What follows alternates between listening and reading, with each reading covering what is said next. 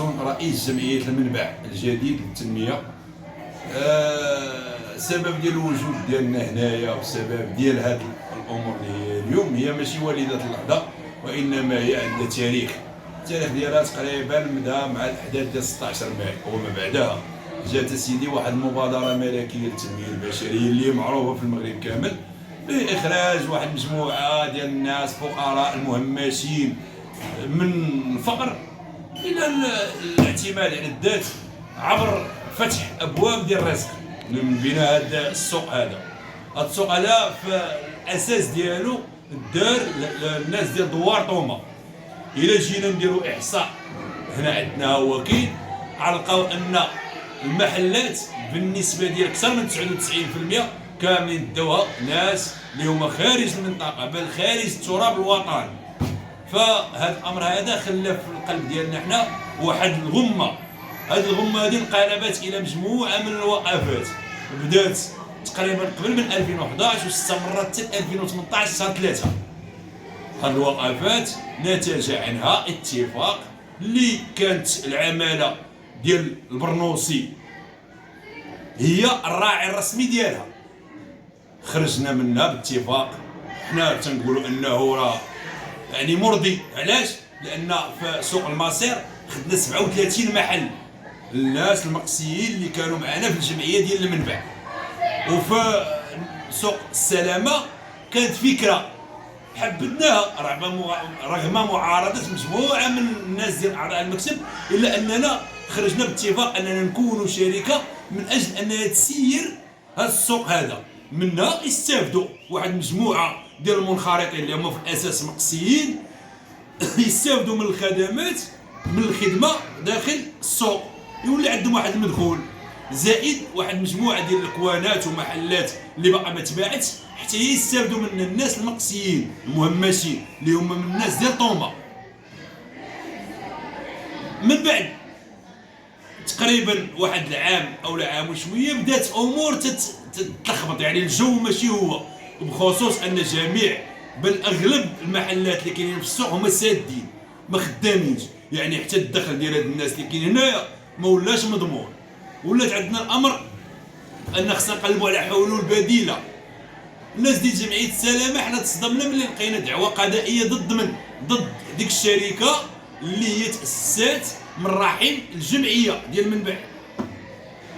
شركه خرجت من الرحم ديال هذا الجمعيه ديالنا تعرضت لدعوه قضائيه تم الحكم عليها بالافراغ.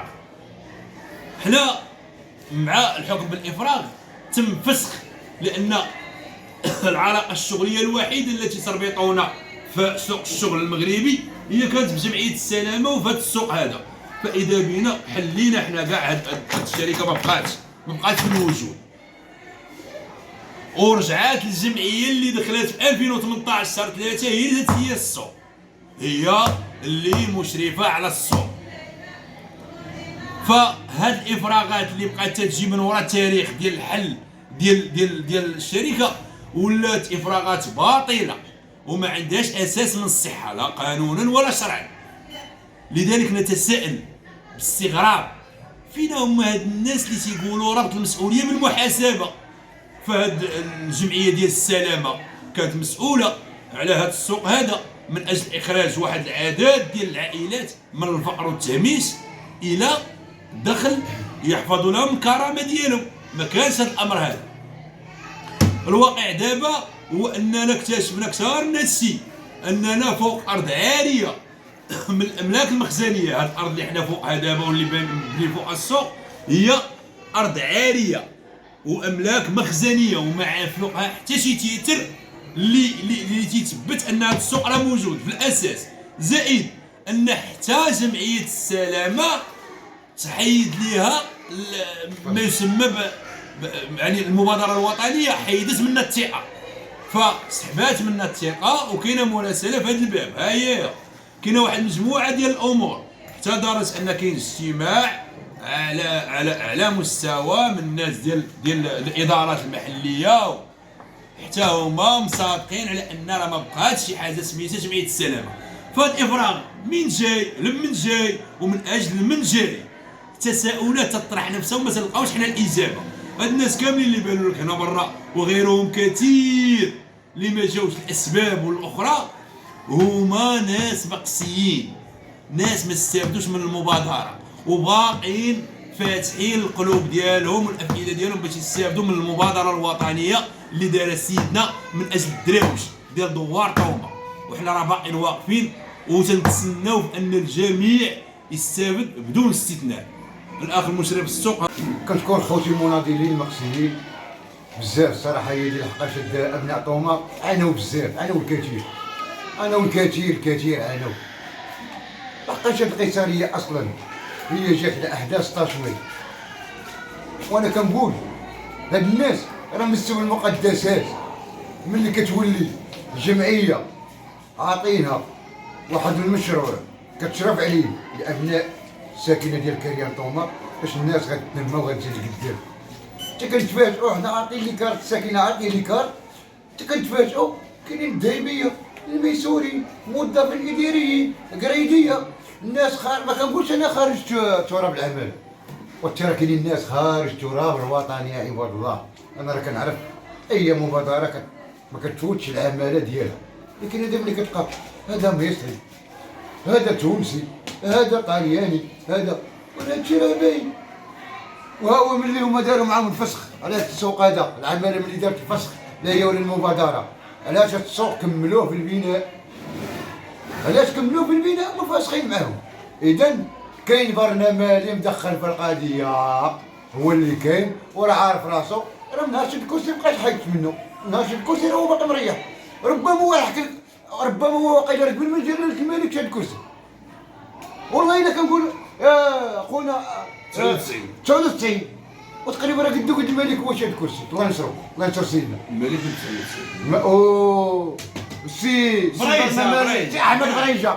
شحال من عام فاش راه انا كنقول قبل ما سيدنا فاش شد الكرسي.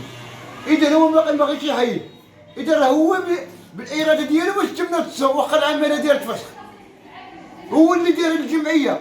ولحقت الجمعيه ديال السلامه منين تكونت كانت خدامه معاه، كيجمعوا ليه الناس المريقيه بالعربيه تاع العرب صحاب 100 درهم. ملي شافهم خدامين ليه جا المشروع قالوا هذه الدجاجه بكمونه نديروا لها سيدي قاسم، ولاو مدخلين فيها ولاو الناس واكله. ولاد المنطقه ما كانوش. حنا كنطلبوا الفرقه الوطنيه لدينا ما يفيد، لدينا الادله، لدينا شي حاجه اللي كتخلع. ولا كاين شي مسؤول غيجي عندنا وغيواجهنا ويقول لنا اش كاين؟ ما كاينش. حنا ملي كنحطوا الشكايات ديالنا كيغبروها، وملي هما الشكايات كيتموا جايين يتجاراو. علاش هما ضاربين الملاير؟ هاد الناس فقراء. شوف دابا المشكل فين كاين؟ على واحد الناس كون كانوا تما لاباس عليهم غيجيو عندهم. هادوك اللي جبدوا مليون هذا غيجبدوا مليون ما يجيوش عندهم. ولكن هادوك جابدين الملايين هما اصلا ضاربين الملاير وعاطين الملايين في الرشوه. اذا الفقير ما عنده ما غيدير غيجيو غيورقوا عليه. وراه هادشي اش غنقول؟ الله يهدي دوك الناس المسؤولين، الله يديم على نفوسهم. المحاسبه والله تجيه كي اليوم كي غدا، حنا ما فاكينش. وهاد المحكمه التجاريه ها هي الساكنه اللي باغا تجمع وغتغدر لها وقفه احتجاجيه تما. وما على هادشي جاي باغي تفرغ الشركه ما كايناش. حنا راه ابناء المنطقه، حنا ما بغينا حتى واحد يعطينا صدقه، حنا ما كنطلبوا من حتى واحد يعطينا صدقه، حنا باغيين ديالنا. سيدنا عطانا الله ينصرو، ولكن هاد الناس راه عراونا. حنا بغينا الفرقه الوطنيه تدخل وغتفري هادشي لدينا الكثير. وما كيقول لك هذه قيصريه، هي الشهاده ديال ما كايناش القيصريه، هي أرض عارية.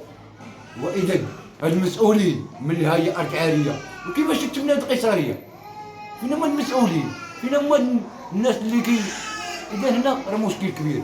كنطلبوا جلالة الملك هو اللي يدخل في القضية والفرقة الوطنية. عاش الملك.